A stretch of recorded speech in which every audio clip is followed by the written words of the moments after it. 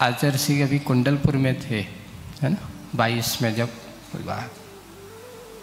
एक दिन आहार के बाद हम आचार्य सिंह के पास बैठे और उस दिन हमारा उपास था, है ना। अब उपास था तो आचार्य सिंह वहीं बाहर एक ग्रीन हाउस जैसे वो लगा देते थे, आहार के बाद थोड़ी सी आँच आती रहे और वहीं पे बैठ जाते, थोड़ा सा आहार के बाद वहीं बैठे।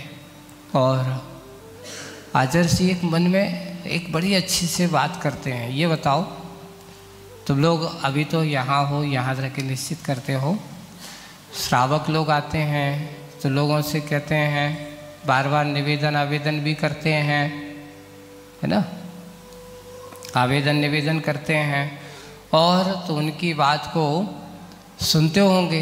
लेकिन हाँ सुनते हैं आचार्य सिंह, तो सुनते होंगे तो ये तुम उनकी बातों को क्या समझते हो बताओ। मैं समझा नहीं अचानक आचार्य सिंह, ऐसा क्यों पूछ रहे अचानक, उनकी बातों को क्या समझते हो।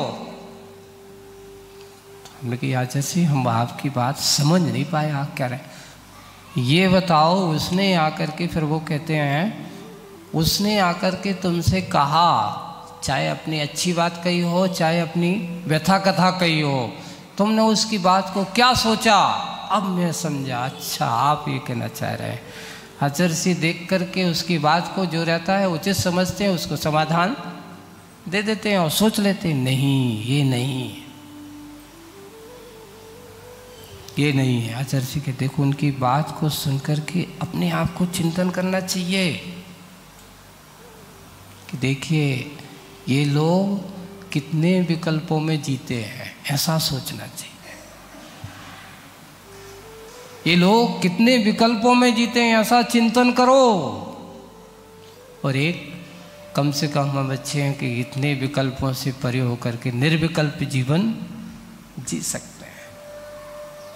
मैंने कहा देखो आचार्य जी बैठे बैठे कहाँ कैसे कैसे, ये बिना कोई ग्रंथ नहीं है पर ग्रंथ से भी बड़ा महा उपदेश है कि इन सब के बीच में बैठते हैं। और तभी क्या हुआ कि बहुत सारी भीड़ थी, अब आचार्य सिंह वहाँ तो वो नवोस्तु नवोस्तु, अब वो लगे हैं भीड़, इधर से भगाओ तो उधर से वो आ जाए, मानते ही नहीं है, मानते ही नहीं है। आचार्य सिंह कहते हैं भैया ये बताओ कि वे इतनी दूर से चल के आए हैं, इतने समय निकाल कर के आए जिनके पास फुर्सत नहीं है, काम की इतनी काम है, लेकिन वे सिर्फ आपका एक झलक पाने के लिए, आपके दर्शन करने के लिए वे आते हैं, भक्ति भाव से दर्शन करते हैं, वे पुनर्जित कर जाते हैं। इसलिए कभी थोड़ा सा धैर्य का परिचय दो, अपन को भी ज़्यादा उग्र नहीं होना